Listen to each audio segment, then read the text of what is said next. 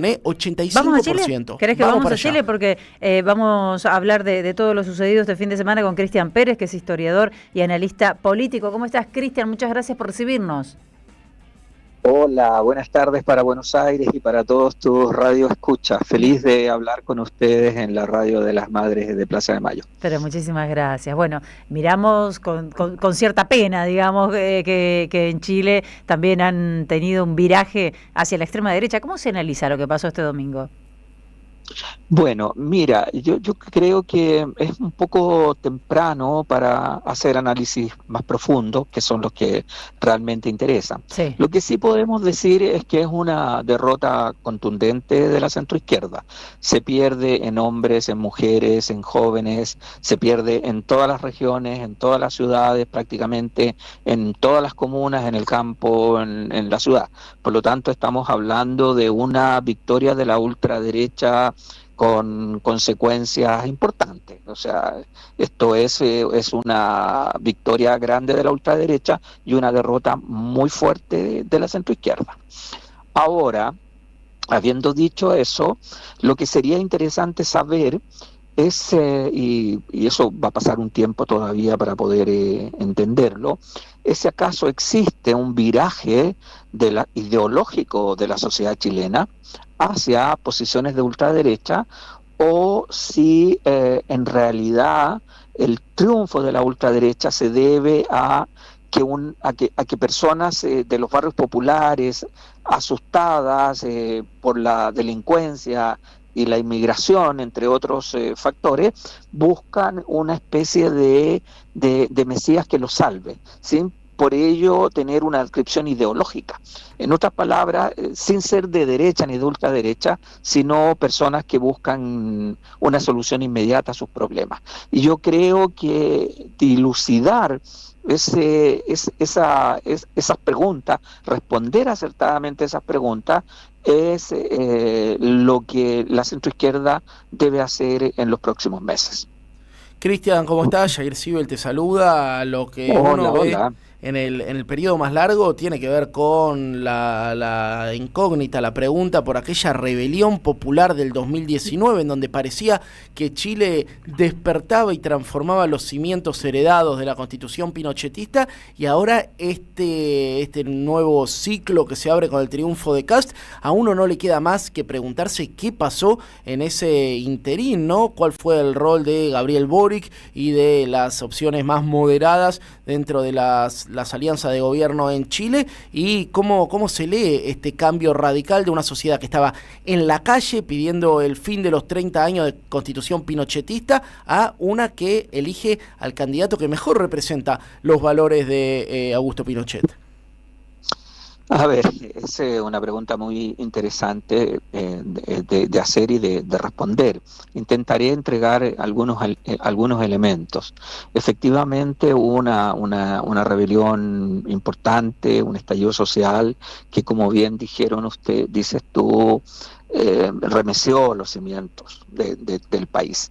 Pero yo pienso, esto es muy mío y algunas personas comparten, no era un estallido por construir el socialismo, ni avanzar a una socialdemocracia avanzada, sino más bien era una respuesta de las masas endeudadas que querían retornar a niveles de consumo preexistentes. En otras palabras, no era un rebelión anticapitalista, sino más bien era una rebelión para que los beneficios del capitalismo llegaran a más personas, o volvieran a tener los beneficios que habían tenido años anteriores. Entonces, ese proceso conduce al intento de crear una nueva constitución que termine con la vieja constitución de Augusto Pinochet.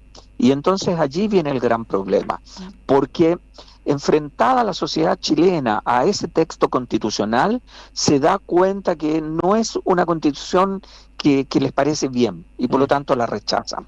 Y ese rechazo es fundamental para la centroizquierda, porque quien apoya, quien difunde, quien está muy de acuerdo con ese texto son los partidos de izquierda y los partidos de centroizquierda. Y eso hace entonces que allí el rechazo que le da el pueblo chileno a esa constitución sea de algún modo un rechazo a la centroizquierda, un rechazo a la izquierda. Y eso, con el paso del tiempo, 4, 5, 6 años después, vuelve a pegar. Es decir, hoy podríamos plantear fácilmente que estamos viviendo la resaca de ese texto de ese proceso constitucional fracasado. Yo sé que es difícil de entender, pero un poco Chile es así. Pasa de un extremo a otro con mucha facilidad y en poco tiempo. Pero creo, pienso, no hay en este proceso, en esta victoria de Kast, volviendo a Kast, no creo que haya un cambio ideológico. Me parece, puedo estar equivocado, me parece más bien que son 6 o 7 millones de personas que votaron por primera vez, que viven en los territorios, en los barrios pobres, despolitizados, que buscan una solución rápida a los problemas de delincuencia e inmigración. Y vieron en Kast una figura que les da la esperanza de que en el corto tiempo eso se pueda resolver. Claro. Más o menos así quisiera poder explicarlo. Bien. ¿Qué porcentaje acudió a votar? Que no vi ese número.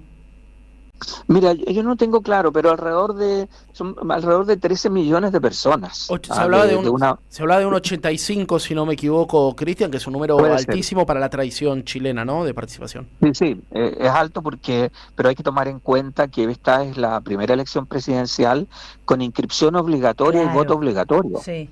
Es decir, aquí no existe la posibilidad de no ir a votar. Tienes que ir a votar y si no te llega una citación y tienes que pagar una multa. Claro. Entonces las personas no quieren arriesgarse a pagar esa multa. Por lo tanto, sí estamos hablando de niveles altos de participación y es bueno que los auditores, los radioescuchas lo sepan.